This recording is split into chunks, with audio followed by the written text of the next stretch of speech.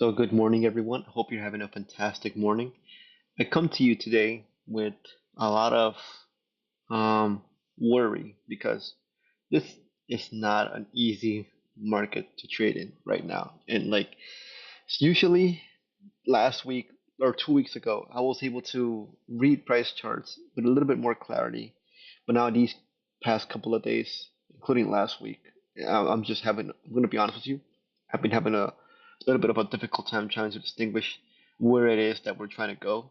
I mean, before we had this market structure shift, this is where I felt like that was the week that I knew where I think price was gonna go or gonna do. And then last week is when I started seeing more of a challenge because we had just broken this swing high, right? So what's the stop price to keep going upwards, right? I know that I keep mentioning that I'm on the bias that we're gonna get into premium only to eventually sell. Well, starting this week, you'll see that we opened right in between this. I wouldn't have wanted to see that. I would have wanted to see more expansion upwards to break this swing high. So in the meantime, I'm dealing with what it is that we're given, and it's a little bit challenging. I'm not gonna lie. So what I'm seeing here is another market structure shift to see price go up higher. But when we see stuff like this, where a little retracement, expansion, retracement, expansion, like, and then we have another structure shift. Now I have two biases really close down together. And so what do I do? Like, what do I do when I have two biases that are close to one another and like they're just yeah, they're very close to one another, and you're taking trades in between, and everything seems to be so high resistance. High resistance. Everything seems to be so high resistance. Everything's like very consolidated, very choppy market. Like we've been having this. This is very challenging to trade in, and usually we're taught not to trade as frequently to dial back down. We're also taught to trade to equilibrium, right? So you take a range from here to low to high, just aim your targets over to equilibrium and then get out, or get a certain amount of pips or handles. I'm sorry, and then eventually get out. But whatever, right? I'm not here to teach. I'm not here to explain why these things work. It's just like I keep saying, think of it as me showing you my notebook and you're taking a glimpse as to how someone is doing with the material that they're being given. So in this instance, because I have two biases running at the same time, I want to take a look at the last swing high or swing low that was broken and just take a look at that imbalance that existed before it. In this case, we have this busy here that existed right before. So I'm including the high here and a little bit of that volume imbalance that's there. I think it's like one tick, but I'm including it anyways. And I'm seeing how price is going in there, right? This is supposed to act as a form of support to take price going up higher. Yesterday I said before I closed the stream that once we had closed up below the concept of encouragement, this was going to be disrespected. We're going to probably head down lower, and that was that, right? But then we had this price action occur around the PM. Asia we still open up, and now we're like, oh goodness. I have this little SIBI enabled here just in case. I thought like overnight we were gonna probably reach up here to head down lower if this bias was going to be like predominant, right? Like gonna be taking over. So then we'll go into the MNQ now and lower down the. This is going somewhere, okay? Because we caught an entry here, and again, this is very challenging, very nerve wracking too, because anything can happen, and yeah, what I'm trying to say is I think I got lucky today, and there's no reason to be up and ante and celebration because this thing could have easily reversed.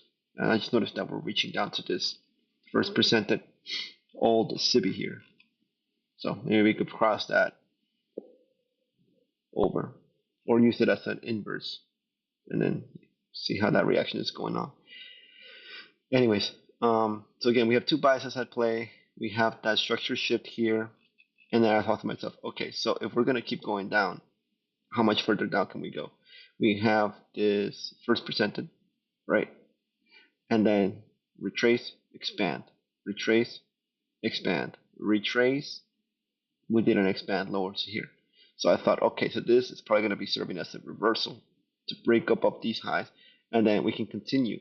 We can permit that that price to keep going up higher, but it didn't because we had the first percentage fair value gap here at 7 a.m.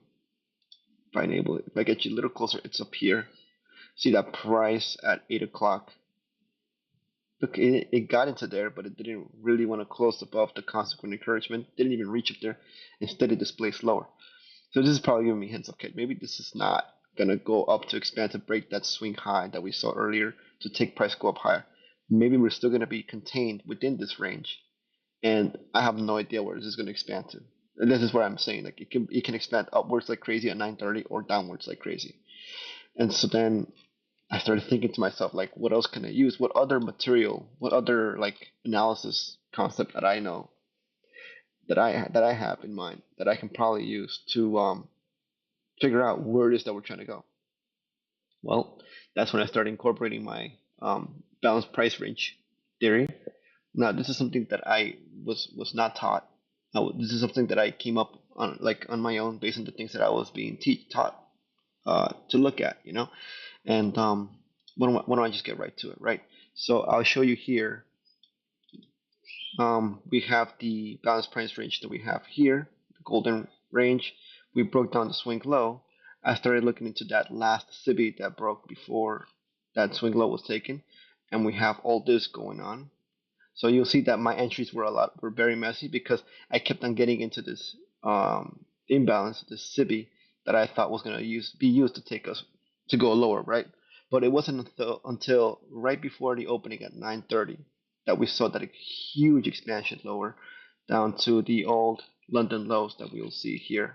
See here, and not only that, but it also took over that busy that we saw on the higher time frame. It immediately obliterated through it, and this is just an instance of what I believe to be model 2022, seen here in 2026. So these things are still working to this day. So there's no reason for you to fear that things are going to be changing into the future because these things are what they are. Like it's incredible. I mean, this SIBI here, like it's what caused that break of the swing low, and it was the last one that did so. And it was very important because it was attached to a 60 unit quadrant. Um, that's what I would see. And it built some little bit of a buy side liquidity up here, but not to worry because your stop loss would have been up here anyways. I was just trying to freak out here, and just like you, like I'm still learning. So like I'm still trying to get a grasp of trustworthiness to these concepts. So I'm like selling, getting stopped out, selling, getting stopped out, and I was like, no, this thing is still gonna sell because we still our stop loss would have been set up to here if I had just let it just be, set my entry maybe to consequent encouragement, and then set my stop loss up to this high, right, and then just let it be, it would have still gotten hit, all the way down. And now you see that I was getting into three contracts, sold one, sold one, sold another one, and that was three. I closed my entire position. And again, this is all not because I was trying to catch, 100 handles in a day, although that is what it came out about 95 handles, about 100. It goes pretty out. Sorry, yeah, 124 handles. I was only aiming for 80, right? But it kept going at it, and sure, I kept taking profits along the way, but like what I'm trying to say is that this thing could have gone in any other direction, right? But because I implemented this logic, I was convinced that this is probably where we were gonna go, and I played it, and that's what result. That's what happens when you play the game. You get results like these. So just to recap, like it's not an easy market. If you lost money today, I completely understand. It's very tricky, very like because we're stuck between a range right now, and it's very hard to distinguish where it is that we could expand towards. And but seeing how price still reacts of an imbalance and taking over liquidity before it does so, like that still proves that these concepts are, legit, that they are truthful, that they're still existing. Besides the fact that people were saying that it was going to stop working, this is still, I believe, a version of model 2022, and we just saw that thing happen in real time a couple minutes ago. It's 10:04, 9:30, like about half an hour ago. We witnessed it real time. All right, so that's all I wanted to showcase with you today. Have a good one.